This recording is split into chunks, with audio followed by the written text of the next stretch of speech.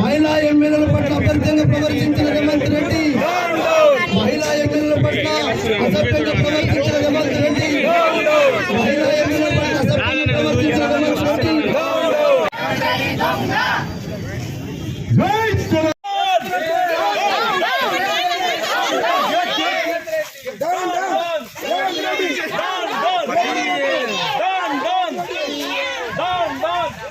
నిన్న ఏదైతే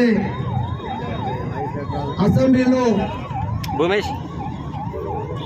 ఒక గత కాలంలో మహాభారతంలో కౌరవుల సభ చూసాం. కానీ స్వయంగా తెలంగాణ ముఖ్యమంత్రి రేవంత్ రెడ్డి గారు ఒక మహిళా ఎమ్మెల్యేలు అనుకోకుండా, మహిళా ఎమ్మెల్యేలు చూడకుండా అక్క చెల్లెళ్ళు తల్లులు అందరికీ ఉన్నారు. రేవంత్ రెడ్డి గారికి కూడా అక్క చెల్లెళ్ళు ఉంటారు. ఒక అక్క చెల్లెళ్ళను చూడకుండా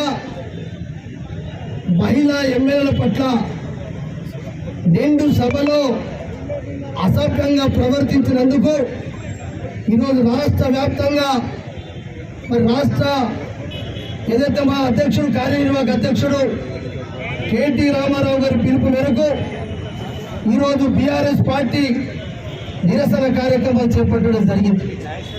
అందులోని భాగంగానే ఈరోజు ఆదిలాబాద్లో కూడా యావత్తు మహిళా బీఆర్ఎస్ మహిళా లోకమంతా కూడా బాధతో ఆవేదనతో ఈరోజు వారెంతో ఒక మహిళలను కూడా లెక్క చేయకుండా ఈరోజు ముఖ్యమంత్రి గారు ఒక ఎమ్మెల్యే కాదు, యావత్తు తెలంగాణ మహిళా లోకానికే ఇది కలంకం, ఇది అవమానం. నిండు సభలో మహిళల్ని ఆ రకంగా ప్రవర్తించడం రేవంత్ రెడ్డి గారికి సిగ్గుండాలా అని చెప్పి మా మహిళా తల్లులు అక్కల చెల్లెలందరూ ఆవేదనతో ఈ కార్యక్రమం చెప్పారు.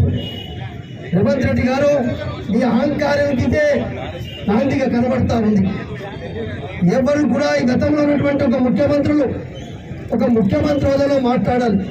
కానీ ముఖ్యమంత్రి గారు ఒక చిన్నర చేస్తాను, ఒక చిన్న పిల్లల లెక్క ఈరోజు మరి ప్రవర్తిస్తూ ఉన్నారు. మహిళలు కూడా అంటే ఎవరిని లెక్క చేస్తున్నారు? కనీసం మరి సబితా ఇంద్రారెడ్డి గారిని, సునీతా లక్ష్మణ్ గారి ఇద్దరిని సంబోధిస్తూ మీ వెనుక ఉన్న అక్కల్ని మీరు నమ్మి మోసపోతే మీరు జూబ్లీ బస్టాండ్లో ఉన్నట్టు అని చెప్పారు. ఏమన్నట్టు? ఇదొక తెలంగాణ మహిళకు అన్యాయం, అవమానం కాదా? తెలంగాణ మహిళలందరూ క్షమాపణ చెప్పద్దా? అందుకొరకే ఇలా రేవంత్ రెడ్డి గారు బేషరతుగా యావత్తు మహిళా లోకానికి